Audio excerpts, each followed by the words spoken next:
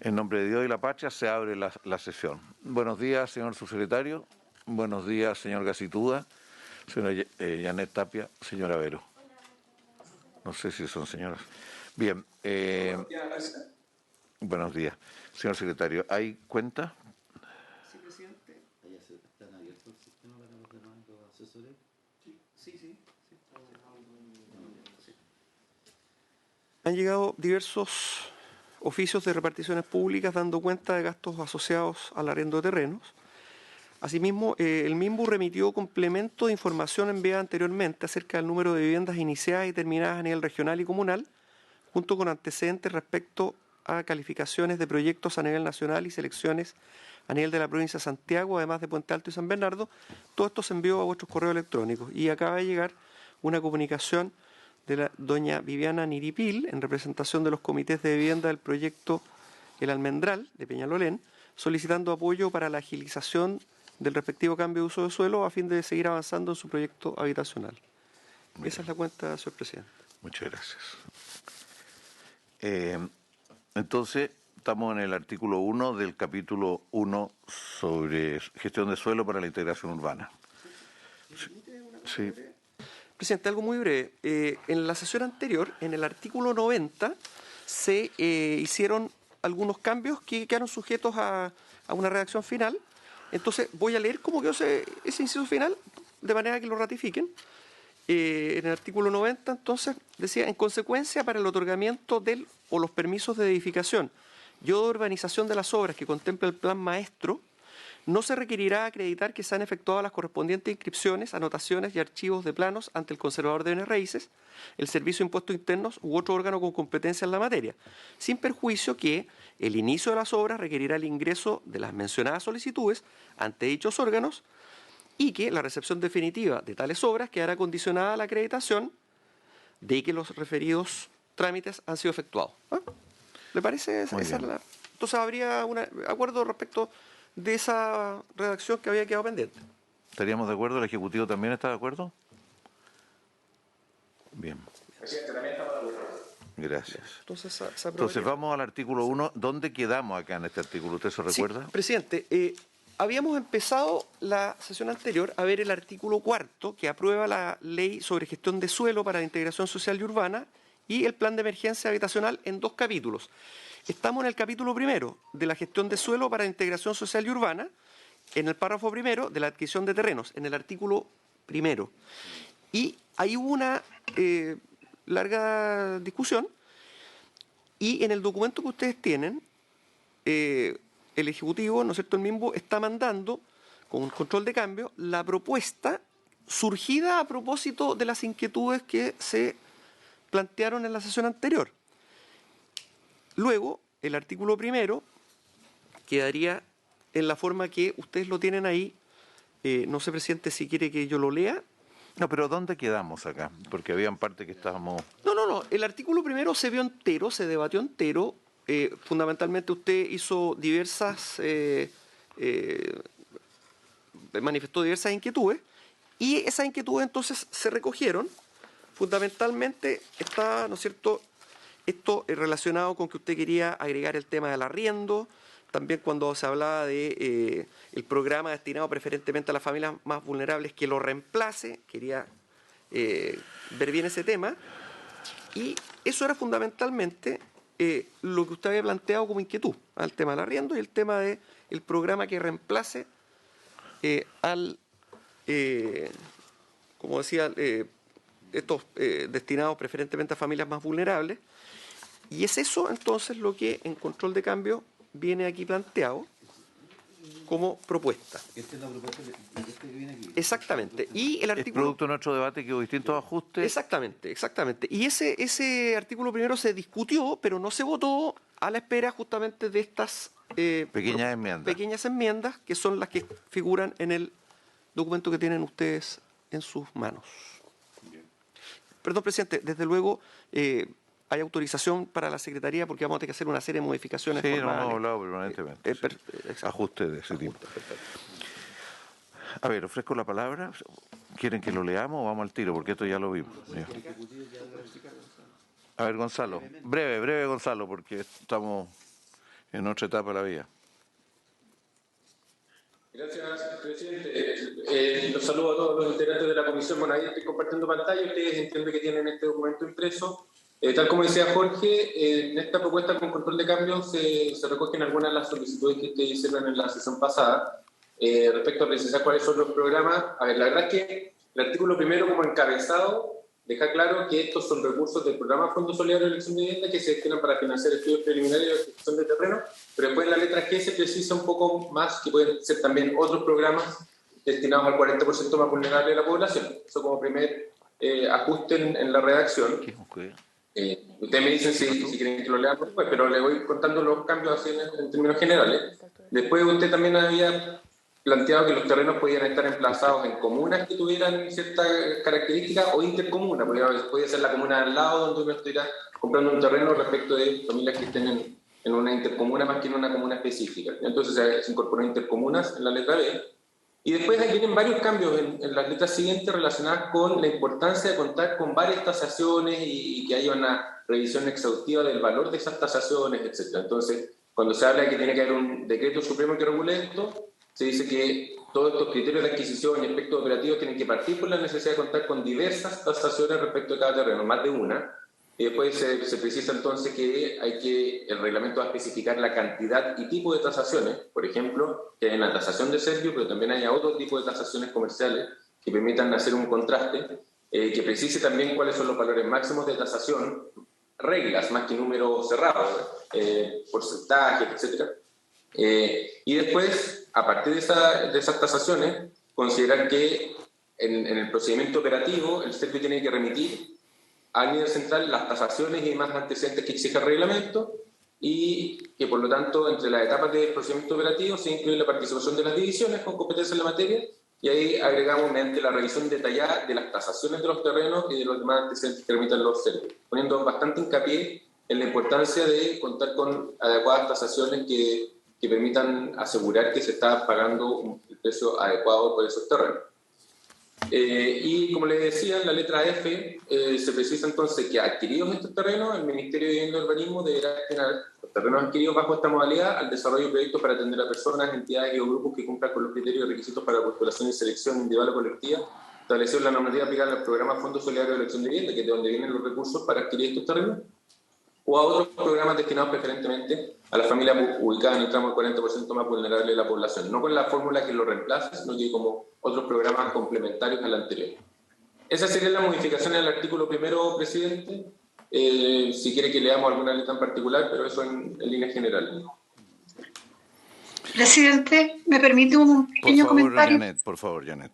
Solamente creo que está bien lo que plantea el Ejecutivo, pero creo que en el artículo primero, inciso primero, debería hacerse referencia al Fondo Solidario de Elección de Vivienda o aquel que lo reemplace, que antes estaba dentro de la frase. ¿Estaríamos de acuerdo en eso? ¿Sí? Oiga, yo en la letra D, no voy a leer de nuevo, pero dice, y tipo de tasaciones, de valor máximo de tasación y o de factibilidad.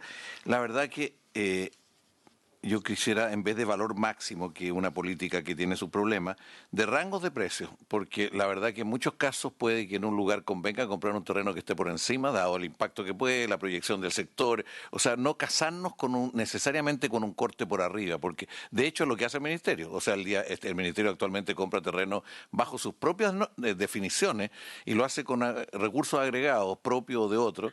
Por ejemplo, en el caso de la comuna de Barnechea ha comprado terreno muy por encima, pero era justificable dado el proyecto. ¿Para qué hablar del que está a la orilla del río? Entonces, en vez de valor máximo, o puede ser de valor máximo de tasación rangos de precios, es lo que yo quisiera, que haya rangos de precios y criterios para eso.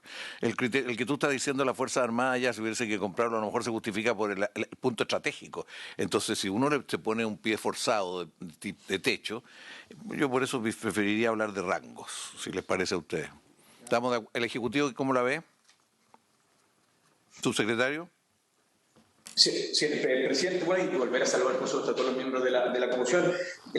Compartimos, presidente, solo una atención, ¿no? Que el tema de poner un valor máximo de la tasación, esto viene bien anclado en la última década, lo explicamos la semana pasada, que poníamos máximo el 10% de la tasación para que no se nos escalase, ¿no? Pero es interesante lo que usted plantea dentro de un rango, pero que quede bien justificado, ¿no? Si creo que estamos todos de acuerdo es cómo le generamos controles a esto para que no se nos vaya de las manos Por supuesto. y que no sea este rango de precios que después sea como un bypass para el 10% de la tasación, pero si queda bien controlado lo compartimos. Bien, y es que lo que pasa es que se habla de criterio y dentro de eso el rango.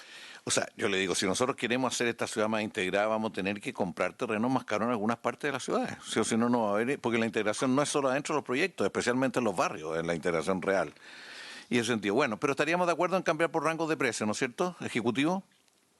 Sí, estamos de acuerdo, presidente, solo con esas aprehensiones de los controles, ¿no? Obviamente No, yo estoy totalmente de acuerdo con usted, subsecretario, en eso, totalmente de acuerdo. O sea, eso no puede ser una forma de eludir una política de precios que hay que explicitarse. Aquí estamos hablando de que el reglamento debe establecer los criterios, pero por eso que se plantea genérico. ¿Ya? Ok. Muy bien. Y ahí el resto estaríamos de acuerdo, entiendo yo, ¿no? Bien, aprobaríamos el artículo primero. Si veo al senador Soria por ahí. Buenos días, senador Soria. Gusto de saludarlo. Buenos días, igualmente. Hemos soñado todos nosotros con las cooperativas. Bien. Está bien que esté ministro. Saldrán las cooperativas. Bueno. Senador Sandoval. Sí, presidente. Gonzalo o Guillermo. La mesa de evaluación... No te oigo nada, no me hablé. En la mesa de evaluación, Gonzalo o Guillermo, en la letra E se señala que, entre otros temas, ¿no es cierto?, deberá integrar esta mesa de evaluación un representante de la Dirección de Presupuesto del Ministerio de Hacienda. ¿Quiénes más la integran? Oye, porque eso es como que en la letra E, en el segundo inciso, se señala precisamente, expresamente, la incorporación a esta mesa de evaluación de la Dirección de Presupuesto. ¿Quién más? Yo asumo quién más la integra, pero ¿quién más la integra formalmente o haya una especificidad respecto a este tema, Ejecutivo? Presidente, por intermedio para saludar, por supuesto, al senador Sandoval. Lo tenemos en el reglamento, senadora, tal vez hay que explicitarlo acá. Son representantes de ambos gabinetes, ministro y subsecretario, también jefes de división y también equipos técnicos. Es una composición que es bastante grande para que tenga controles cruzados, presidente. Si quieren se puede especificar más acá, pero ya está en el reglamento que también lo hace referencia esta ley, donde dice que junto al Ministerio de Hacienda se dictará el reglamento para la mesa de trabajo. Ahí se puede especificar acá. Sí, está bien, Guillermo. Lo que pasa es que, como dice, la mesa de evaluación ministerial que incluya la participación de un representante de la Dirección de Presupuesto del Ministerio de Hacienda, hasta ahí llega, ¿no es cierto?, corresponderá al reglamento de quiénes deberán integrar esta mesa. Como de alguna manera ustedes señalan a la Dirección de Presupuesto como parte integrante y después señalan que el reglamento lo define, entonces ahí como que veo una pequeña... Están los jefes de división primero. Un pequeño detalle nomás, solamente. Presidente, solo para complementar y por su intermedio responderle al senador Sandoval. Lo que pasa es que esta mesa, que funciona por una resolución exenta para la glosa 11 actual, la misma glosa plantea esta participación de la Dirección de Presupuesto y encontramos pertinente que se mencionara acá, porque si quedaba solo en esa evaluación ministerial, después de incorporar a un representante de otro ministerio, vía reglamento nos podía decir Contraloría, no, pero si aquí dice mesa de evaluación ministerial, se entiende la del MINDU, porque usted está incorporando funcionarios de otro ministerio. Entonces la ley hace esa precisión específica de la Dirección de Presupuesto y deja entregado al reglamento que especifique quiénes dentro de este ministerio conforman esa mesa, pero como dijo el subsecretario, efectivamente son representantes de ambos gabinetes y los jefes de las divisiones principales de la División de Desarrollo Humano, Política Habitacional, División Técnica y equipos técnicos profesionales de esas divisiones que son los encargados de implementar los programas. Y ahí están los controles cruzados que dice el subsecretario, pero la mención específica a la Dirección de Presupuesto para que quede claro que ellos también están facultados para tener un representante en esta mesa, precisamente para que haya un control también desde las finanzas públicas en cómo se están comprando estos terrenos. Eso, presidente. Secretario. Presidente, perdón, entonces habría acuerdo para aprobar el artículo primero en los términos consignados con la modificación en la letra D, que en vez de que diga de valor máximo de tasación va a decir de rangos de precio, y lo que señalaba además Janet en el encabezado, ella quería, ¿no es cierto?, que se agregara...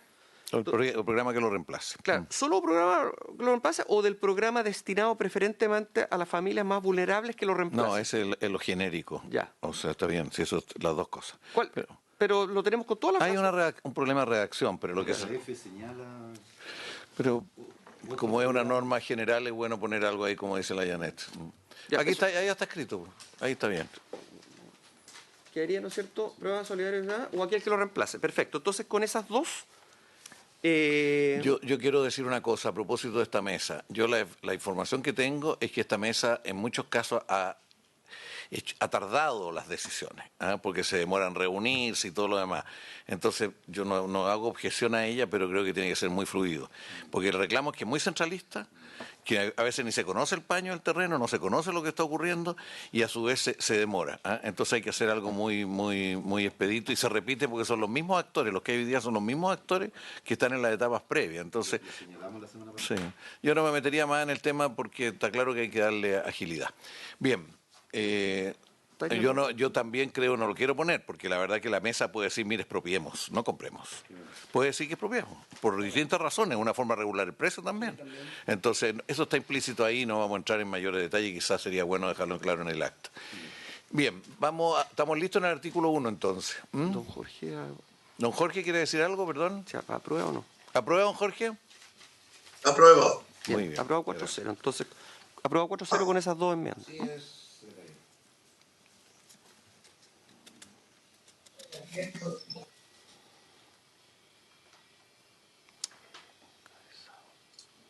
Presidente, ¿seguimos o usted nos dice? Vamos al segundo. Ya. El artículo segundo, como habíamos cambiado el encabezado el primero y el segundo está muy relacionado, hicimos un ajuste en la misma línea. Entonces lo voy a leer como quedaría. El Ministerio de Vivienda y Urbanismo, con el objeto de financiar la adquisición y o habilitación de terrenos para proyectos destinados preferentemente a familias ubicadas en el tramo del 40% más vulnerable de la población, podrá efectuar llamados en condiciones especiales para el otorgamiento de subsidios a comités de vivienda u otras entidades o grupos organizados que puedan postular al programa Fondo Solidario de Elección de Vivienda, como las cooperativas de vivienda, por montos superiores a los establecidos en el respectivo decreto supremo, siempre que se trate de la adquisición y o habilitación de terrenos para el desarrollo de proyectos que se emplacen en sectores con adecuados indicadores y estándares de desarrollo urbano y de acceso a bienes públicos, conforme a los criterios que el Ministerio establezca mediante resolución. El porcentaje máximo a comprometer por esta vía será definido anualmente en la Ley de Presupuestos del Sector Público, pero no podrá ser superior al 20%. Los llamados especiales referidos en este artículo podrán condicionar el otorgamiento de mayores subsidios para la adquisición y o habilitación de terrenos al cumplimiento de exigencias adicionales por parte de los comités de vivienda, entidades o grupos organizados que puedan postular al programa, tales como la acreditación de un mayor ahorro por parte de las familias o entidades postulantes.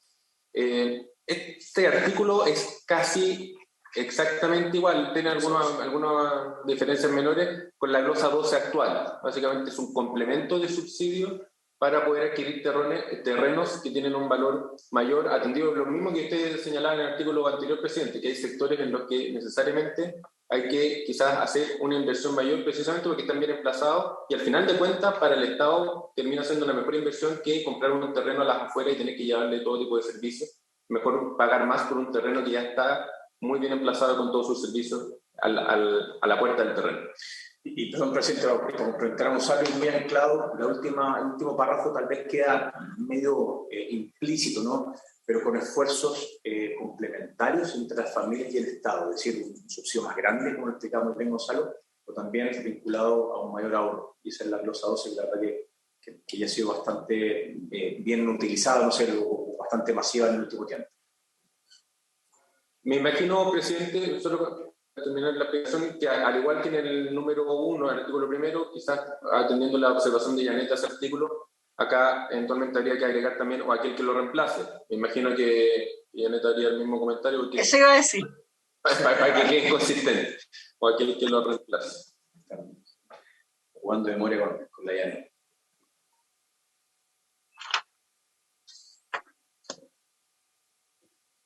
Eso, presidente, como explicación al artículo. No sé si tienen algún... El único asunto que yo encuentro problemático es el pie forzado, que no podrá ser superior al 20%. En la segunda inciso. Porque el 20% lo pusimos arbitrariamente en una discusión presupuestaria, para ser bien claro. La verdad que puede ser que un año se decía comprar más y el otro comprar menos. Entonces, ¿por qué ponerse el pie de rigidez en un presupuesto? Eso tendrá que quedar claro en la ley de presupuesto del sector público cada año. O sea, sugiero que esa parte que diga, pero no podrá ser superior al 20%, lo eliminemos. O sea, no. Eso verá la ley de presupuesto. Por ejemplo, yo creo que este año, si hay un suplemento al presupuesto de vivienda, va a tener que ser para meterse en suelo. O sea, y puede que terminemos superando el 20% del total, puede que lo terminemos y lo que no se alcance a gastar. Por eso yo sugeriría dejarlo más flexible. Senador Sandoval. Sí, presidente. Es probable que quedemos cortos además. Con el subsecretario conocemos el caso de Puerto Aysén, o para qué decir de Puerto Cisne, zonas que además el costo del terreno a veces incluso es menor respecto del costo de habilitar los terrenos para la construcción de viviendas. ¿Se acuerda cómo se llama esta habilitación mecánica que se está aplicando en Aysén, que terminaba siendo, pero además sumado a eso a las obras de drenaje, a veces por problemas de pendiente, muros de contención, etcétera, etcétera? A mí me parece que evidentemente va a haber que echarle una miradita en ese sentido, porque en el caso nuestro, los sectores costeros, vemos que el tema de la habilitación a veces resulta más caro que el propio valor del terreno. Y del resto, presidente, me parece bien lo que se señala, así que eso básicamente. Muy bien. ¿Estamos de acuerdo entonces? Votación, señor secretario. Sí, presidente, le vamos a sacar la palabra, pero no podrá ser superior al 20%. Yo lo propongo eso. ¿Se retira eso? Porque eso es pura rigidez nomás. No sí, tiene. Sí. Estaríamos de acuerdo en eliminar. Yo creo que habría que retirarlo. Y en el presupuesto se evalúa. Sí, pues. O en alguna otra ley posterior, en caso que sea, bueno, pero en el presupuesto principalmente. Presidente, entonces habría acuerdo para someter a votación este artículo, agregando en el inciso primero, después de programa Fondo Solidario de Elección de Vivienda o aquel que lo reemplace, y en el inciso segundo, eliminando, pero no podrá ser superior al 20%. Así es. ¿Habría acuerdo? El senador Sorsoria está de acuerdo, ¿no? Está de acuerdo. ¿Está de acuerdo, don Jorge? Sí, voto a favor. Bien. Entonces, presidente, queda aprobado 4-0 con esas dos enmiendas. Vamos al artículo tercero, señor Gacitúa. Aquí tenemos. Gracias, presidente. Bueno, el artículo tercero y los siguientes ya se incorporan en un párrafo distinto, que es el párrafo de la aplicación normativa de terrenos, que es la forma de decir que este es el procedimiento equivalente o similar al artículo 50 actual, ¿ya? Que lo hemos discutido en muchísimas sesiones. Aquí se genera un párrafo nuevo con varios artículos para poder optimizar más este procedimiento, modernizarlo, hacerlo más efectivo, más rápido, ampliarlo un poco en su ámbito de aplicación y vamos a ir revisándolo uno a uno. Entonces, primero el artículo tercero, el artículo introductorio de este párrafo, establece: el Ministerio de Vivienda y Urbanismo atendía la necesidad de viabilizar la construcción de viviendas para beneficiarios del programa Fondo Solidario de Elección de Vivienda o el programa destinado preferentemente a las familias más vulnerables que lo reemplacen. Podrá establecer normas urbanísticas especiales aplicables a uno o más terrenos en forma excepcional y dando cumplimiento a lo dispuesto en este párrafo y en las normas reglamentarias que se dicten al efecto. Puede ser un paréntesis ahí, dice normas reglamentarias que existen en efecto por si fuera necesario, pero como vamos a ver, este artículo y los siguientes son lo suficientemente detallados como para que, publicada la ley, estas normas puedan tener aplicación directa, sin necesidad de una norma reglamentaria que deba dictarse. Pero, sin perjuicio de ello, podría ser necesario hacer alguna precisión que se pueda hacer. Este mecanismo excepcional solo podrá ser aplicado respecto de terrenos que se encuentren inscritos a nombre del Servicio Regional de Vivienda y Urbanización respectivo o de otro órgano que integre la Administración del Estado. Ahí lo amplía un poco más, actualmente solo terrenos de Servio.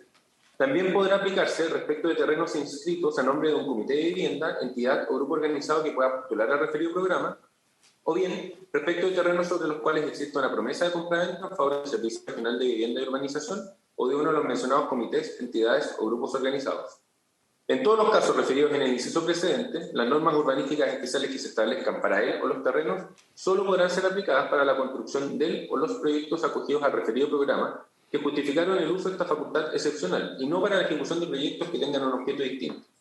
Entonces, básicamente en este artículo se amplía un poco los terrenos posibles de aplicar este mecanismo, pero se aclara en el inciso final que si se establecen normas urbanísticas para estos terrenos es única y exclusivamente para hacer proyectos para comités de vivienda, no para que una vez cambiada la norma nos olvidemos de las promesas, nos olvidemos de lo que se había acordado respecto a ese terreno y se destinen a otro tipo de proyectos. Solamente sirven estas normas para hacer proyectos destinados a las familias más vulnerables, ¿ya? Y como lo ha explicado el subsecretario en otras sesiones, este párrafo completo, un párrafo que se ha trabajado bastante con los comités de vivienda, que conocen muy bien cómo funciona el actual artículo 50 y dónde hay algunos espacios de mejora, y uno de esos era el poder adelantar estos procesos, no esperar a que necesariamente el Servio haya inscrito el terreno a su nombre, sino que con promesa ya poder ir avanzando en este procedimiento, ya sea porque van a ser de Servio o porque son de otro órgano de la administración o porque un comité ya tiene acordado una promesa respecto a un terreno.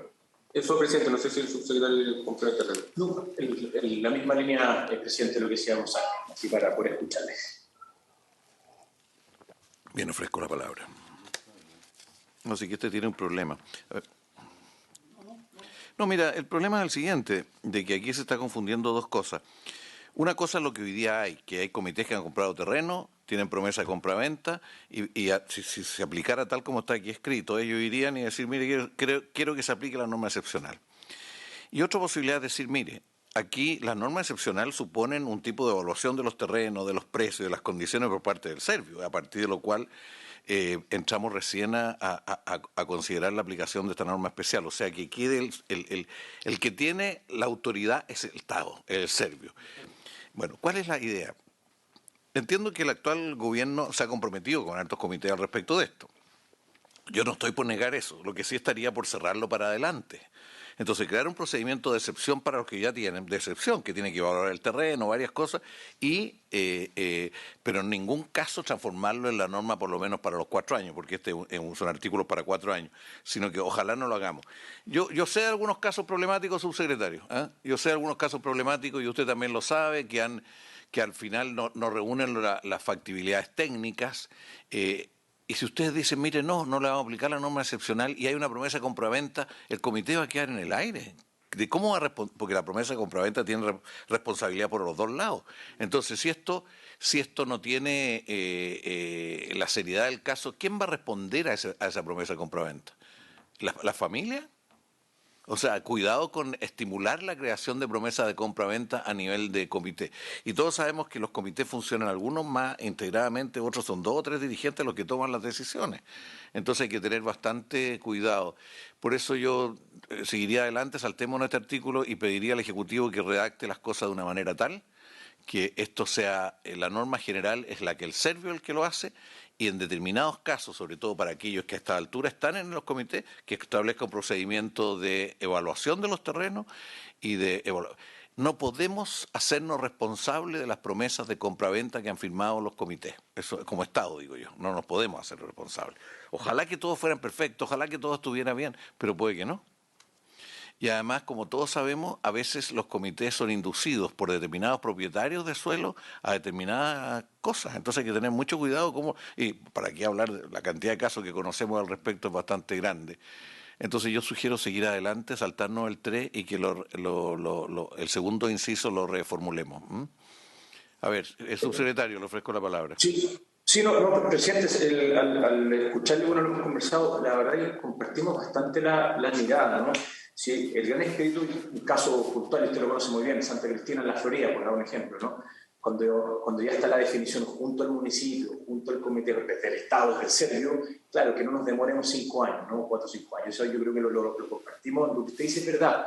Es que esto es demasiado aguas arriba y, por ejemplo, bastaría que con una promesa se pueden generar presiones indebidas también, como usted lo dice, de los propietarios. O sea, aquí lo que se busca en realidad es que una vez que hay un acuerdo desde el Servio respectivo con el municipio respectivo de que en este terreno es idóneo para construcción de vivienda social y el uso solo no lo permite, y que eso sea expedito. Así que la verdad lo compartimos, presidente, que usted plantea de poder precisarlo. Presidente, en complemento a lo que dice el subsecretario, también comparto lo que usted está planteando, el tema del cuidado que hay que tener con las promesas. Las promesas quedan condicionadas a, valga la redundancia, el cumplimiento de ciertas condiciones o a la llegada de un plazo, o ambas cosas, y dentro de las condiciones debiera estar vinculado a esto, ¿ya? Y vamos a ver en el artículo siguiente, creo, o en un par de artículos más, que también hay una revisión de parte de la Seremi y del CERVICE que impulsan o no impulsan este cambio de norma. Quizás hay que dejar bien armado el proceso en el sentido de que si un comité va a firmar una promesa, tiene que estar revisado la viabilidad de hacer este procedimiento o no, porque firmar una promesa y después que lleguen acá y le digamos, no, esto no le vamos a cambiar la norma porque no corresponde o porque no sirve o porque por X motivos técnicos, que no quede una promesa firmada que no tenga la precisión suficiente como para que se caiga la promesa precisamente porque no fue posible cumplir esto. Quizás ahí falta algo de poder cerrar es eso. complicado, salvo que hay una norma en el contrato que lo diga, ¿no? A ver, mire, yo lo primero que creo que podríamos estar de acuerdo es diferenciar la situación actual entre que ya esto ha operado, ¿ya? Y lo que viene para adelante. Y para lo que ya ha operado, establecer un procedimiento de excepción para asegurar que no haya los problemas que estamos planteando. En el proceso, posterior a lo que hoy día ya está, aquí yo entiendo que cuando se dice otros órganos que integren la administración del Estado, eso incluye al municipio y al gobierno regional. Porque la verdad que a mí me parece que ahí podría ser una forma que el comité opere a través de una entidad pública y a partir de eso se evalúe el conjunto y no sea solo... Si el municipio lo sostiene, bueno, si la promesa de compraventa al final no funciona, será el responsable el municipio, ¿ah? No los dirigentes y el comité. Creo que es bien complicado estimular todas estas transacciones por separado, porque las promesas de compraventa de hecho son el inicio de una transacción. Y ahí se nos puede desbocar muchas cosas. Pero dejémoslo hasta acá y lo redacta usted, señor Gacitúe, nos hace una nueva propuesta en el camino, si le parece. ¿Ya? Ok, clarísimo. ¿Cómo? Clarísimo, presidente, sí, de la misma línea. Bien. Yo no sé el nivel de compromiso que ustedes adquirieron con los comités al respecto, pero trataría en esto de ser muy, muy riguroso, incluso los que ya lo están, ¿eh? O sea, que no aparezca ninguna reacción en que nosotros avalamos eso, sí, porque es distinto redactar. Si algún comité hubiera hecho esto, bueno, ¿me entiende? O sea, porque no nos podemos hacer cargo de las promesas de compra-venta. Y Janet, ¿usted quiere agregar algo al respecto de esto?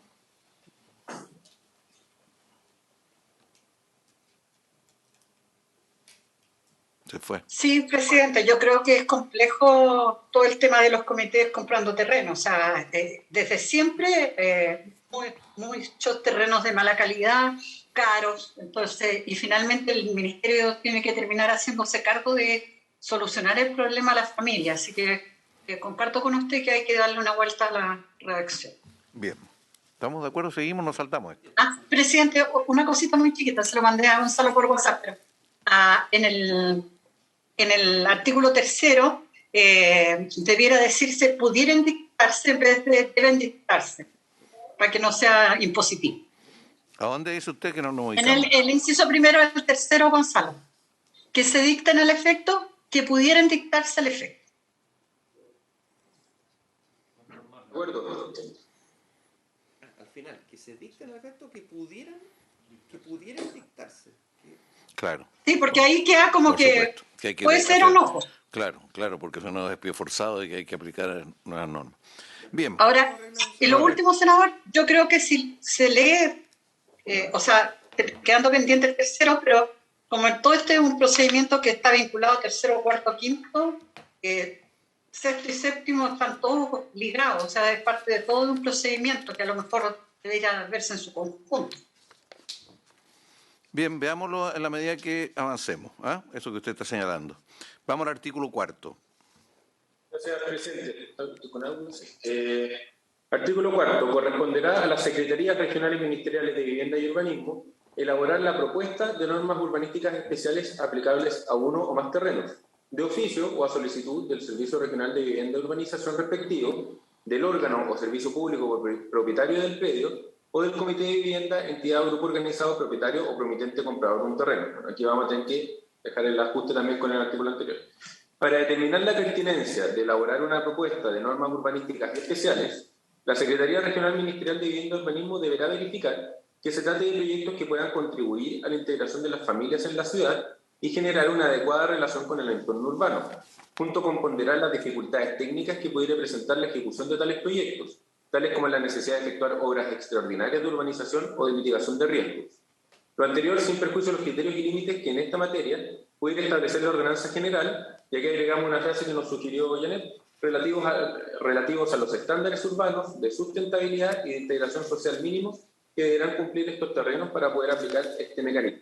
Entonces, por lo tanto, hay algún filtro. No es que cualquier órgano público o comité pueda llegar acá a decir, oiga, cámbiame la norma de este terreno. Si el Ministerio, en su análisis técnico, determina que este terreno no va a generar integración, sino que va a generar segregación urbana, o que es carísimo implementar un proyecto ahí porque hay que hacer unas obras de urbanización extraordinarias o porque hay que mitigar unos riesgos que son muy complejos, ahí se concluirá que no es pertinente ocupar esta herramienta y que ese terreno no se le establecerán normas urbanísticas especiales y por tanto no entrará en este procedimiento. Tiene que haber un filtro inicial. Y es lo que está planteado en este artículo, presidente. Bien, ¿estaríamos de acuerdo en los términos que esto está planteado? Sí, con el detalle nomás del prominente comprador del párrafo primero, que habría que darle la vuelta como se hizo en el anterior. Sí, sí. Eso habría que eliminarlo. No, yo creo que tendría que corregirse. Sí, esto requiere esa modificación en las dos últimas líneas del primer inciso. ¿Hace el ajuste usted también la propuesta, Gonzalo? Ok, usted se refiere a que, como estamos mencionando las promesas, que vaya a quedar en línea con lo que ajustemos en el tercero. Digamos. Sí, porque aquí está legitimando para distintas situaciones esto y habría que acotarlo mucho. Bien, pero lo demás estaríamos de acuerdo, don Jorge. Don Jorge Soria, ¿está de acuerdo? Bien, vamos. No está. Vamos a... Muy bien. Yo creo que es bien importante que lo que viene para adelante, esto tiene el artículo 8º para que no nos confundamos. Toda esta propuesta que va a hacer la CEREMI, que vamos a ver ahora, esta propuesta tiene que pasar por el municipio, ¿eh? Que es lo que elude muchos temas de constitucionalidad. Entonces, exacto. Vamos al quinto. Gonzalo. Gracias, presidente. Bueno, exactamente como usted plantea. Aquí la propuesta la elabora la CEREMI, pero después pasa por el municipio. Pero el que hace la propuesta es la CEREMI para poder facilitar también y ayudar en esta gestión, pero hay un rol de la municipalidad más adelante. Artículo 5. La propuesta que elabore la Secretaría Regional Ministerial de Vivienda y Urbanismo deberá identificar el o los terrenos que serían objeto de esta herramienta excepcional y contener un diagnóstico sobre las normas urbanísticas aplicables y sobre la vialidad existente y proyectada en el sector, tomando como antecedente la memoria explicativa, estudios, informes, normas y planos que conforman el respectivo plan regular. Esto es bien relevante porque en el actual artículo 50 se trata como una modificación del plan regulador igual que cualquier otra y se le piden nuevos antecedentes completos. Aquí se está diciendo que usted tiene como antecedente lo que ya tiene el plan y sobre eso hace su diagnóstico. Entonces eso también va a optimizar bastante los procesos. Después, continuando, dice, si él o los terrenos se encuentran dentro del territorio operacional de una empresa sanitaria, bastará con el certificado emitido por esta en que conste que el proyecto cuenta con factibilidad sanitaria. Si el terreno se encuentra fuera del territorio operacional, bastará con acompañar el convenio suscrito con un concesionario en el que conste el compromiso de presentar una solicitud de nueva concesión o de ampliación de la existente conforme a lo establecido en la Ley General de Servicios Sanitarios. Estos procedimientos ya están regulados en esa ley, pero aquí lo que se busca es precisar que bastan esos certificados y no hacer un estudio completo nuevo de factibilidad sanitaria para el sector. Basta con estos certificados para acreditar que el terreno tiene factibilidad sanitaria. Después, en lo que respecta a la conectividad vial, también no es necesario un nuevo estudio de capacidad vial, sino que deberá precisarse en el diagnóstico que él o los terrenos cuentan o podrían contar con acceso a través de una vía pública existente o proyectada, indicando su categoría y el ancho entre líneas oficiales. Y por último, no podrá aplicarse este mecanismo excepcional de establecimiento de normas urbanísticas especiales respecto de terrenos que, conforme al artículo 60 de esta ley, se encuentren emplazados en zonas no edificables. En caso que se encuentren emplazados en áreas de riesgo o en áreas de protección, identificadas como tales en el respectivo instrumento de planificación territorial, deberán incluirse en el diagnóstico todos los antecedentes relacionados con dicha condición, con el objeto de contar con la información necesaria para determinar las medidas de subsanación, mitigación o resguardo referidas en el artículo siguiente. Por lo tanto, en zonas no edificables, no sé, los conos de protección de los aeropuertos, etcétera, cosas que no se puede construir, no se puede tampoco aplicar este mecanismo, y en áreas de riesgo de protección tampoco te queden fuera automáticamente. Algunos van a quedar fuera porque el riesgo es muy grande, por la protección es muy intensa, pero hay otros que eventualmente podría, mitigándose el riesgo, hacerse el proyecto. Por lo tanto, en el diagnóstico hay que identificar esos antecedentes para poder prever cuáles van a ser las medidas que hay que implementar. Y por lo mismo eso podría servir como filtro inicial también. Es decir, no, esto no es mitigable de manera fácil, o esto sí lo es, con un muro de contención o con cualquier otra obra de ingeniería que quizás podría salvar el riesgo, mitigar el riesgo y permitir el desarrollo de los proyectos. Eso, presidente, como primer artículo sobre la elaboración de la propuesta. Este es el artículo del diagnóstico. Después viene el artículo sobre el contenido de la propuesta. Eso, presidente. Sobre el artículo 5, ofrezco la palabra. ¿Habría acuerdo en él? Yo lo único que pediría para evitarnos el conflicto con las zonas patrimoniales, zonas no edificables o zonas patrimoniales. Si una zona patrimonial quiere incorporarse dentro de esto, tendrá que levantarse la condición que la establece. Para evitar ese conflicto, subsecretario, y si le parece. Sí, no, perfecto. Me acuerdo, lo hablamos la semana pasada, presidente, que dejar muy claro en esta ley, este proyecto de ley, de que no tiene ningún vínculo con intervenir las áreas patrimoniales. Sí, si eso lo refuerza acá. No agregar. O sea, yo incorporaría después de encuentren emplazados en zonas no edificables o en zonas patrimoniales. O sea, si la zona patrimonial quiere incorporarse por el producto, tendrá que levantarse la condición de zona patrimonial. O sea, hay que hacer una cosa previa, porque si no va a ser un conflicto bastante fuerte. Aquí, zonas no edificables. ¿Le parece, subsecretario, eso, no? Sí, yo lo comparto, eso con lo que estaríamos de acuerdo en esto, entonces. De la semana pasada y del párrafo que agregamos la semana pasada. Sí, sí.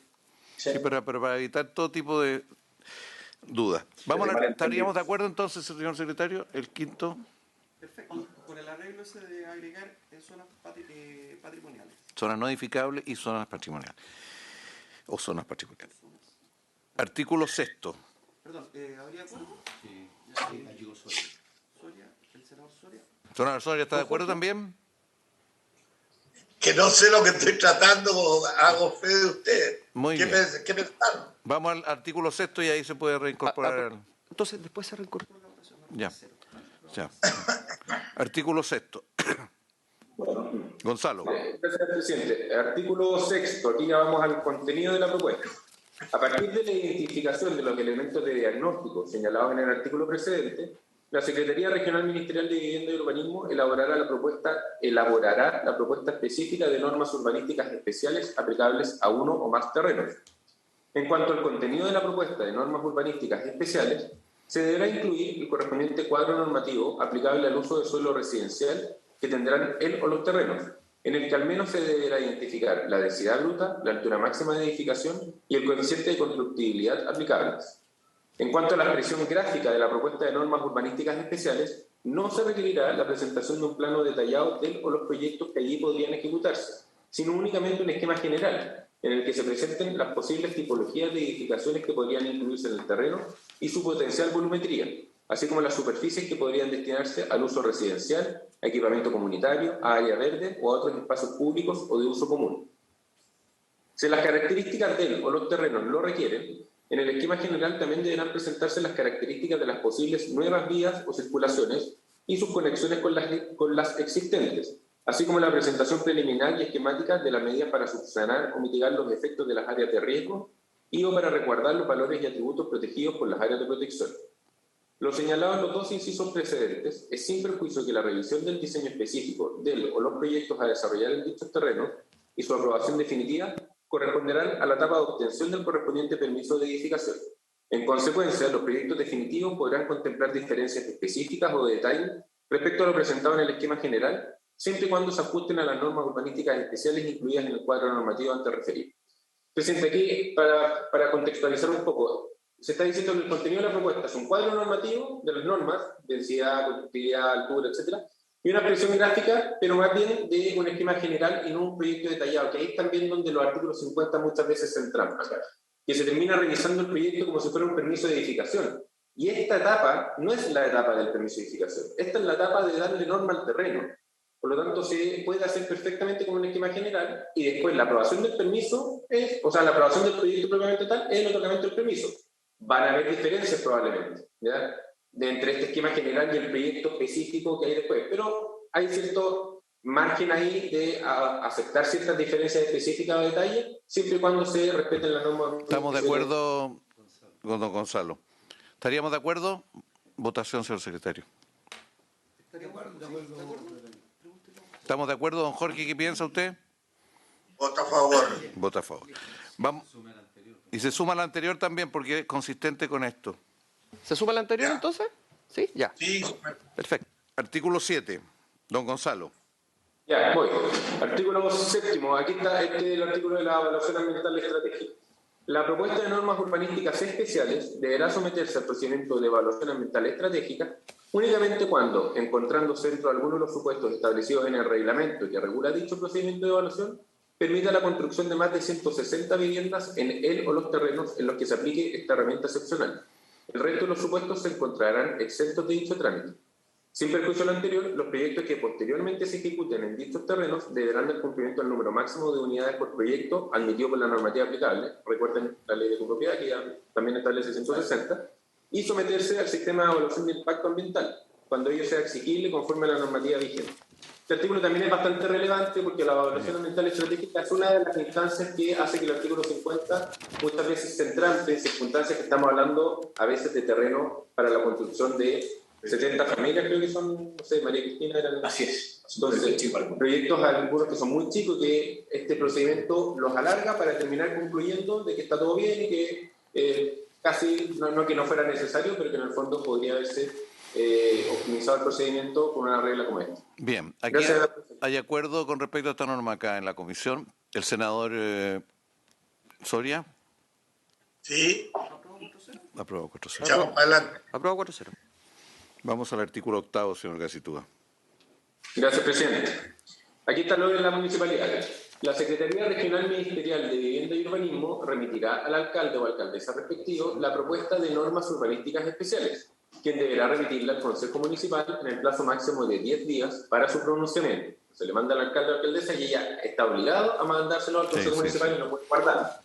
Si transcurrido 30 días desde el ingreso de la propuesta a la municipalidad, la Secretaría Regional Ministerial no ha recibido copia del acta en que conste el pronunciamiento del Consejo, la propuesta se tendrá por aprobada por parte del municipio.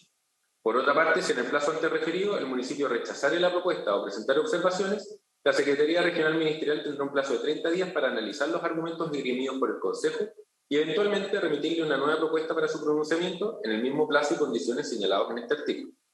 Obtenida la aprobación del Consejo Municipal, sea de manera expresa o mediante silencio positivo, el ministro o ministra podrá proceder a sancionar el texto aprobatorio de la propuesta mediante resolución fundada. Con todo, cuando se trata de una propuesta de normas urbanísticas especiales que haya debido someterse al procedimiento de evaluación ambiental estratégica, la Secretaría Regional Ministerial de Vivienda y Urbanismo deberá, en forma previa, remitir al ministro o ministra la resolución de término de dicho procedimiento. Entonces, como se plantea acá, hay una instancia en la que el Consejo Municipal debe pronunciarse, se le otorga un plazo para pronunciarse, el artículo 50 también habla de 30 días, y se establece expresamente que si nada dice, se va a entender silencio positivo, pero en esos 30 días también podría llegar un pronunciamiento expreso del Consejo en el que rechaza la propuesta y que la CDM podría evaluar, enviar una contrapropuesta o decir, bueno, hasta acá nomás seguimos con este procedimiento y dejarlo finalizado. Pero se debe obtener esa aprobación del Consejo expresado por silencio positivo y ahí se puede sancionar el texto aprobatorio. Eso, presidente. Yo tengo una sola cosa con este, me parece bien que los plazos hay que revisarlos, pero ¿en qué momento puede opinar la comunidad? Yo creo que sería bueno ampliar el plazo a los municipios, pero ellos consultar a la comunidad pertinente, hacer una audiencia pública a lo menos sobre esto. ¿Eh? ¿Les parece a ustedes? La audiencia pública es el mecanismo institucional, efectivamente. Sí. ¿Les parece que ampliemos a 20 días el tiempo que tiene el municipio y con que incluya una audiencia a los sectores pertinentes, a los que tengan interesado en opinar? Señor subsecretario, ¿le parece? Sí, pero presidente, solo un comentario que yo creo nos puede dar para una discusión bien de fondo, incluso como sociedad, ¿no? Yo quiero dejar solo la reflexión. Que en las comunas de ingresos medios a medios altos, los proyectos que hemos hecho gestión de suelo para que familias de ingresos más bajos puedan estar, por ende, en lugares muy bien ubicados dentro de la ciudad. Como se podrán imaginar, a priori ha habido un rechazo de la comunidad, y se entiende muy bien, desde el punto de vista de un prejuicio, ¿no? De que van a ir familias de un vivir distinto, se entiende exacto a lo que estoy yendo con este punto. Por supuesto que se requiere participación ciudadana, presidente, y por lo menos en la comisión, en todas las otras, o sea, en todo lo que hacemos como sociedad, pero sí quiero dejar esa reflexión, de que si queda cada uno de estos cambios de uso del suelo, también, obviamente, desde el punto de vista de la participación ciudadana, quienes van a participar van a ser principalmente los vecinos directos, lo que uno le llamaría los vecinos antiguos. La probabilidad de que se rechace cada uno de estos yo creo que es muy alta. Si lo quiero dejar como reflexiona, no es imponer nada, pero sí se lo digo como experiencia directa del último año, donde ustedes lo saben, hemos hecho gestión de suelo en muchas partes del país, en algunos lugares de precios de suelo más altos y por ende donde hay familias de ingresos más altos. Está bien, yo le encuentro razón. Yo me imagino, si hubiera una consulta respecto detrás de la escuela militar, si se hace un programa determinado con norma especial, obviamente los vecinos de todo el sector lo van a rechazar. Entonces lo que podríamos acá redactarlo de una manera tal, en el plazo máximo, por ejemplo, de 20 días, y el municipio determinará los sistemas de consulta a la ciudadanía, o sea, dejarlo muy abierto, no va a ser vinculante de ninguna manera, va a ser porque el municipio debiera funcionar así, ¿no es cierto? Sí. Claro, pero tenemos que dejar una puerta abierta para que, en caso de que haya polémica, que la canalice el municipio nomás. Si el municipio no está de acuerdo, no está de acuerdo. Esto es una condición de esta norma especial, que el municipio esté de acuerdo, y que es lo que lo hace constitucional, porque el municipio tiene autonomía, si eso está claro. Presidente. Sí. Presidente, yo le... Y perdón, presidente, solo para complementar, que usted menciona, y muy bien, una zona específica de dentro del Gran Santiago, basado en la experiencia que hemos tenido en el último año, miren lo que les voy a decir, es que la gran cantidad de los territorios dentro del Gran Santiago, dado que usted puso el caso del Gran Santiago, nuestra lectura es que lo más probable es que se opondrían a un proyecto de vivienda de interés social si son vecinos. Entonces es un tema que no es menor. Por eso es interesante usted plantea que haya, por supuesto, participación ciudadana, pero eventualmente que el municipio tenga la capacidad de buscar distintos mecanismos, si no, no va a resultar ninguno, claro. Más, no va a resultar ninguno de los proyectos de vivienda de familias de ingresos más bajos en ninguna parte del lugar donde sea levemente más alto incluso los ingresos. Esa es la experiencia. Bueno, pero si bien no es, al tiro, senador Sandoval, si bien no es vinculante la opinión de los vecinos, sí es vinculante la opinión del municipio. Y por lo tanto el municipio tendrá que establecer sus procedimientos de diálogo. Sí. Así es. Sí. Senador Sandoval. No solamente que me hace una observación. Sí me parece bien la última planteamiento respecto de la opinión del Consejo y que el municipio vea cómo lo hace, como bien me señalan acá. De hecho, por lo más está regulado en la propia Ley Orgánica Constitucional de Municipalidades el procedimiento de participación. Solamente, Ejecutivo, subsecretario, ustedes le dan un plazo máximo de 10 días al Consejo para pronunciarse. Si transcurrió 30 días del ingreso de la propuesta, la municipalidad no ha recibido copia, ¿no es cierto?, se entiende aprobada por parte del municipio. Y si hay observaciones, ustedes le dan 10 días al Consejo para que se pronuncie, pero ustedes se toman 30 para las respuestas eventuales a las observaciones que pudiera pronunciar el Consejo. Yo las reduciría todo a 20 días nomás, presidente, acortando los plazos, porque la idea es agilizar el proceso. ¿Habría acuerdo en eso? Es que, presidente, ¿puedo hacer una precisión? Es que yo creo que hay una confusión en la redacción, quizás está generando una confusión, porque el plazo que aparece ahí de 10 días es un plazo que tiene el alcalde para remitir lo que le llegó a él, porque la Seremi se lo va a mandar al alcalde. Bueno, y el alcalde está obligado a mandárselo al consejo. Es el plazo para que el alcalde se lo mande al consejo. Y después está el plazo de 30 días desde el ingreso de la propuesta de la municipalidad. Bueno, ahí podría pasar el alcalde. Pero Gonzalo, eso significaría que queda abierto y el municipio se puede tomar meses. No, porque después tiene 30 días desde el ingreso de la propuesta de la municipalidad. A lo que quiero llegar es que el Consejo tiene 30 días para pronunciarse desde que ingresa a la municipalidad. Bueno, está bien, tiene razón usted. Bien, daríamos por aprobado entonces esto.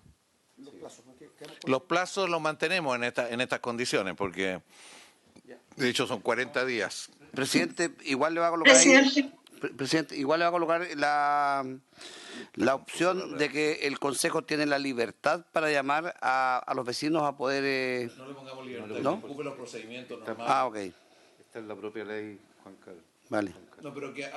Presidente, ¿me permite? No parece que no. Adelante, Janet. Lo que a mí me preocupa es que a lo mejor debería ponerse, la municipalidad deberá informar a la comunidad, porque tal como se señala, todos los municipios tienen una ordenanza de participación ciudadana, entonces está todo súper regulado y con plazo, entonces a lo mejor no da para compatibilizar este procedimiento con la ordenanza de participación ciudadana del municipio respectivo, y esto puede generar un problema jurídico más adelante. Entonces, si se pusiera como que informara...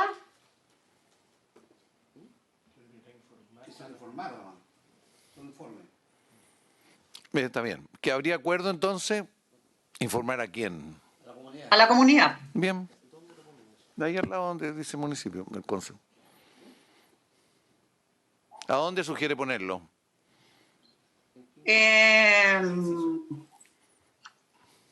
Después del Consejo Municipal, para su pronunciamiento, debiendo en todo caso la municipalidad informar a la comunidad, una cosa así. En el inciso primero lo pondría.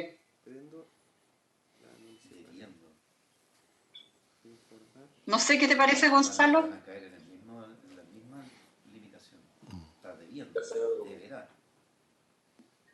Presidente, disculpe, si estamos justo reflexionando la buena sugerencia de Janet, estamos tratando de buscar ese equilibrio, ¿no? Donde tiene que haber información a la comunidad, por supuesto, participación. Y creo que es importante lo que usted decía, ¿no? No creo que sea acá en esta ley dejarlo que por ende sea vinculante, pero sino sí que dejar que es el Consejo Municipal o el mismo municipio, ¿no? que tiene que buscar la forma de llegar a acuerdos con la comunidad. Porque insisto, si es que llegase a ser vinculante, nuestra estimación es que prácticamente la mayoría de los cambios de suelo serían rechazados. Y buscar un mecanismo, ¿no? Como bien dice Janet, de información, de participación, creo que también hay un mecanismo desde el municipio de llegar a acuerdos con la comunidad. Podría ser, ¿quién deberá, o sea, se le cede al alcalde y dice urbanista, quién deberá informar a la comunidad y remitirla al Consejo en un plazo máximo de 10 días? Y por lo tanto queda el caso de el alcalde sea el que asuma la obligación. Muy bien, eso me parece bien. En todo caso, no nos pronunciamos la manera de informar, ni el carácter de la consulta, ni nada. O sea, un municipio que quiere ponerle problema a la propuesta tiene posibilidad de ponerle problema con la comunidad. Y está bien. Sí,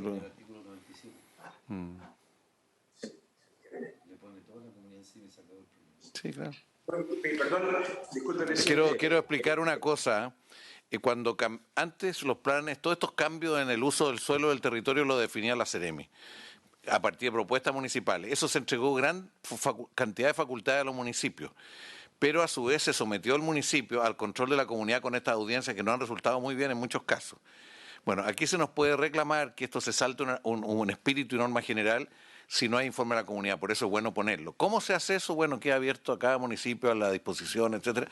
Lo que nos preocupa es que haya informe. Exacto. Y perdón, presidente, para complementar, tal vez en el primer párrafo tengo que ser más explícito, porque el verdadero espíritu, que lo hemos discutido mucho con ustedes en la comisión, es que estos cambios de suelo en realidad es cuando hay un preacuerdo con el municipio. Esto, por favor, esto nunca busca pasar por arriba del municipio. Usted mismo ha sido muy enfático como comisión desde que el municipio es clave en esto.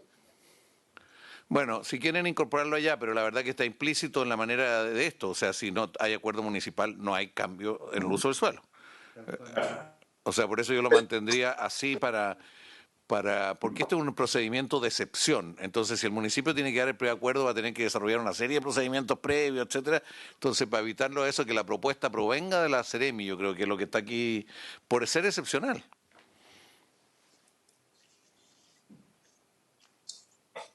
Perfecto. Bien, ¿alguna otra observación sobre el octavo? Además, ¿habría acuerdo entonces? Presidente, breve. La Secretaría Regional Ministerial de Vivienda y Urbanismo enviará, para no tener tantas veces remitirá, enviará al alcalde o alcaldesa respectivo la propuesta de normas urbanísticas especiales, quien deberá informar a la comunidad y remitirla al Consejo Municipal en el plazo ¿quedaría así? Incluso no debería decir deberá. ¿Quién informará a la comunidad? El deberá no y la remitirá al Consejo. ¿Quién deberá remitirla al Consejo? Claro, El alcalde. Es imperativo. Debería, después que pasa por el Consejo. Yo lo había dejado tal cual, sin nada. O la otra, no ponerle nada porque... No, si no se nos van a venir encima la ley. Lo que pasa es que tenemos dos reacciones comunitarias, una que no quiere nada y otra que quiere todo. Entonces, así, los que quieren todo se nos van a venir encima porque... El tema de quién informará también... Presidente, Sí, está bien. Sí, no puede ser facultativo, tiene que ser obligatorio, porque el municipio es el que tiene la iniciativa del alcalde. Entonces, si yo se lo doy como facultad, el alcalde sencillamente ni siquiera se lo va a remitir al consejo en algún caso. Bien, pero ahí quedó bien redactado, si usted lo ve. ¿Quién informará a la comunidad y deberá remitirla al Consejo Municipal? ¿Ya? Exacto, sí. Ya, muy bien. Mantener la verdad para la revisión. Bien, estamos Ay, listos. Jorge, que... Sí. Informará a la comunidad y deberá remitirla al Consejo. Entonces, Quiero decirle que aquí no estamos saltando la firma del presidente de la República, que acorta mucho el plazo, porque hasta ahora la confirma el presidente, y para el presidente no es un tremendo forro tener que firmar estas cosas, y queda en manos del ministro. pero va a quedar así entonces. Sí, Entonces, un forro para el ministro, pero veamos quién va a ser. sí, Bueno, presidente, o sea, enviará al alcalde o alcaldesa respectiva a la puesta de normas especiales, quien informará a la comunidad y deberá remitirla al Consejo Municipal. Muy bien. Así quedaría. ¿Estaríamos de acuerdo entonces? Y los plazos del día está bien. Ya, Sí, sí. los plazos que han... Y don Jorge, Y también tanto por los Cuadrado. cuadrado. Ya, perfecto. Vamos al artículo 9, Gonzalo.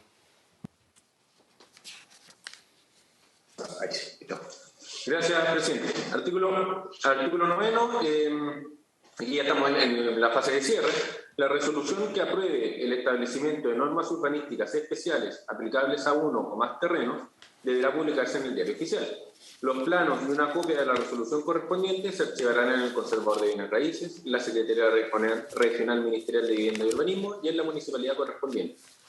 La publicación de la referida resolución no implicará la derogación o modificación de las normas urbanísticas preexistentes en el predio, sino el establecimiento de normas urbanísticas especiales que solo podrían aplicarse para la construcción de los proyectos referidos en el artículo 3. Voy a poner el circulito, el artículo 3. Al solicitar el correspondiente permiso de edificación para tales proyectos, se deberá especificar la resolución que aprobó las normas urbanísticas especiales sin necesidad de adjuntar un certificado de informaciones previas que deje constancia de las normas. ¿Para qué ir a pedir un certificado de informaciones previas si me acaban de dar normas nuevas? ¿Estaríamos de acuerdo entonces en esto también? Don Jorge, Soria. De acuerdo. Bien, vamos al artículo 10. Gracias, presidente. Aquí esto lo que busca es compatibilizar estas nuevas normas con el actual artículo 50 y los procedimientos que están en curso. Entonces dice, los procedimientos acogidos al artículo 50 de la Ley General de Urbanismo y Construcciones, que se encontraren en trámite a la fecha de publicación de esta ley, podrán continuar su tramitación acogiéndose al procedimiento contenido en las disposiciones de este párrafo segundo. La División de Desarrollo Urbano, conforme a la facultad establecida en el artículo 4 de la referida ley, impartirá mediante circular, no hay problema con el gobierno, ¿no es cierto? mediante circular las instrucciones para la adaptación de tales procedimientos a las disposiciones de este párrafo segundo, velando por la validación de lo ya realizado y resguardando que los respectivos terrenos puedan contar a la brevedad con normas urbanísticas especiales que viabilicen la construcción de viviendas para beneficiarios del programa Fondo Solidario de Elección de Vivienda. Básicamente, si ya hay un artículo 50 en trámite, aprovechar que eso ya está avanzado y encajarlo en este nuevo procedimiento y finalizarlo con este nuevo procedimiento. Y poder optimizar también esos procedimientos y no que tengan que empezar todo de nuevo, ni que tengan que finalizar con una norma que hace que los tiempos sean mayores. Eso, presidente.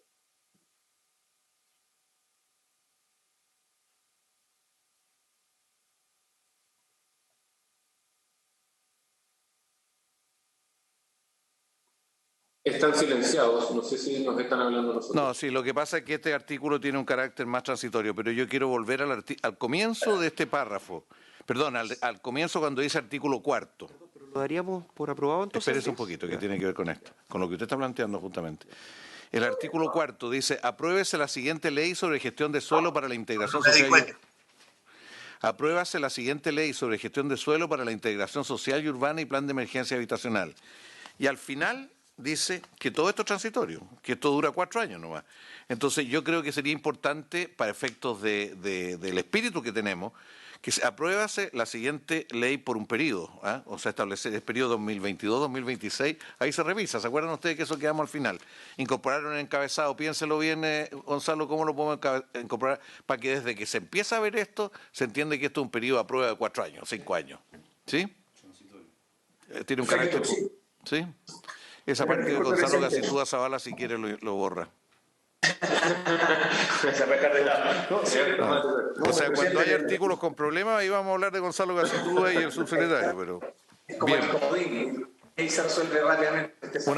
Una cosa, aquí en la comisión queremos hacer reunión en la tarde.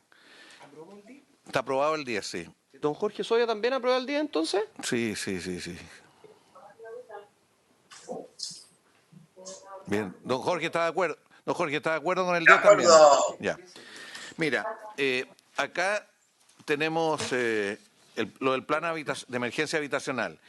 Lo que nosotros conversábamos acá que era importante procesar esto y que en la sesión de la tarde llegáramos con solución a las controversias que hay, para no alargarnos, o sea, pedir un tiempo limitado de permiso en la sala para poder entrar a tratarlo hoy día y por lo tanto, Janet y Ejecutivo, ¿por qué no estudiamos ahora en el resto de la tarde antes de las 4, antes de las 5 será más o menos? ¿Estamos de acuerdo? Con los asesores también. Aquí llegó uno. Yo tengo ahí a Mauricio Anacona en la... Ah, perfecto. Y Mauricio Anacona también. ¿Quedamos en eso entonces, señor subsecretario? Nuestro ánimo es resolver hoy día, pero para lo cual se requiere procesar las 3 o 4 controversias que hay acá, una de las cuales ya se resolvió y que tiene que ver con la redacción del artículo 3º, creo que, y que eso vendría en la tarde para y hay otras diferencias, ¿ya? ¿Por qué no tratamos de resolverlas? No, por supuesto, presidente, como se puede imaginar, toda nuestra voluntad, logramos ver con Gonzalo varias de las propuestas, ¿no?, que usted dice del plan de emergencia. Sí, hay cosas que hay que conversarlas bien, y vamos a tratar de llegar, como usted dice, con los asesores antes, si hoy día a la hora que ustedes quieran, todo nuestro interés. Sí, anticipar, presidente, de que hay ciertas cosas, son menores respecto a todo lo que se plantea, pero que vemos que puede haber cierta dificultad de tener el patrocinio del Ejecutivo. Sí, está bien. Yo entiendo el punto que usted planteaba. Pero yo respecto al punto principal que usted planteó Gonzalo, el problema de la transferencia gratuita, yo creo que eso lo pondría como podrá, porque yo averigüé y uno de los grandes problemas que tienen es que cuando un organismo público le quiere donar al Servio no pueden plantearlo gratuitamente. Entonces... ¿Ah? No, está bien, pero déjenos, don Jorge, porque la verdad que buscamos una solución menos taxativa, porque antes estaba muy imperativa, entonces que pueda, y para lo cual hay que crear un procedimiento. Estudiémoslo aquí a la tarde. Vero, usted también nos puede ayudar en esto, ¿no? Con Janet y Gonzalo, ¿sí? Y Mauricio y Sergio, no sé, ¿sí? También. Sí, Gonzalo Guillermo, perdón, presidente. Sí, Gonzalo Guillermo, sí, básicamente lo que se trata es que acotar al máximo este tema, cosa que a la tarde no entremos en la discusión en detalle, porque si no nos vamos a perder en el tiempo. Ojalá que antes de esa reunión esté resuelto por todos los equipos técnicos. Y con consulta a cada uno a los parlamentarios correspondientes. ¿Ah? ¿Estamos? ¿Sí? Perfecto, senadores. Así lo haremos. Toda nuestra voluntad va a llegar con todo el acuerdo de aquí a la tarde. Muy bien. Muchas gracias. Habiéndose cumplido el objeto de la sesión, se levanta.